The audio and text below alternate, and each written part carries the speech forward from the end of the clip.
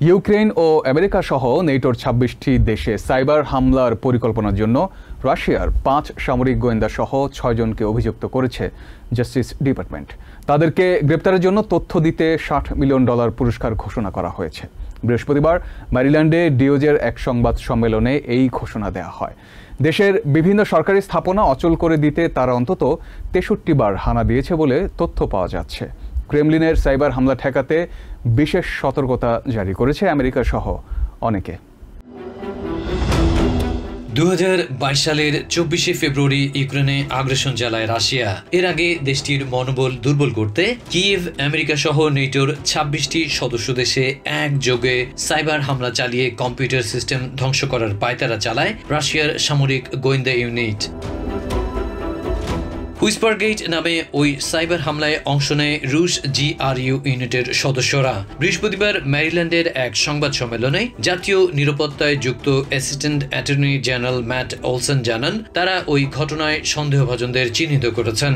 তাদের বিরুদ্ধে গ্রেফতারি পরোয়ানা জারি এবং তাদের আটকে $৬০ মিলিয়ন পুরস্কার ঘোষণা করা হয়েছে।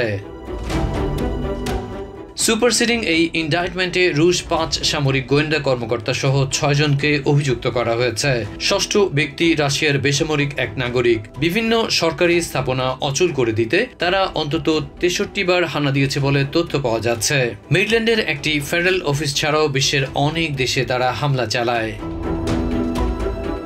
অভিযোগপত্রে উঠে এসেছে অভিযুক্তরা ২০২২ সালের জানুয়ারিতে ইউক্রেনের বেসামরিক নাগরিকদের ব্যক্তিগত তথ্য উপাত্ত চুরি করে জিম্মি বানানোর চেষ্টা চালায়। ভয় দেখানো হয় তাদের সব তথ্য জনসমক্ষে প্রকাশ করার। এসব খবর জানিয়েছেন FBI এর স্পেশাল এজেন্ট বিল ডেল ব্যাগনো।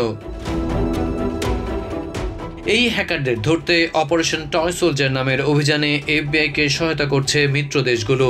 এই ধরনের সাইবার যুদ্ধ সহ্য করা হবে না বলেও হুঁশিয়ারি দেওয়া হয়েছে।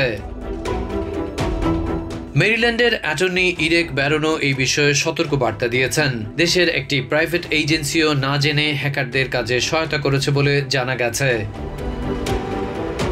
এদিকে দেশে ডজনেরও বেশি ফেডারেল অফিস সহ বিশ্বের অনেক দেশ ক্রেমলিনের সাইবার হামলা ঠেকাতে বিশেষ সতর্কবার্তা জারি করেছে।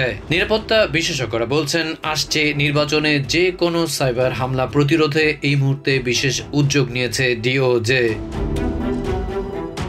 Adib Mohammad, TVN24 news desk.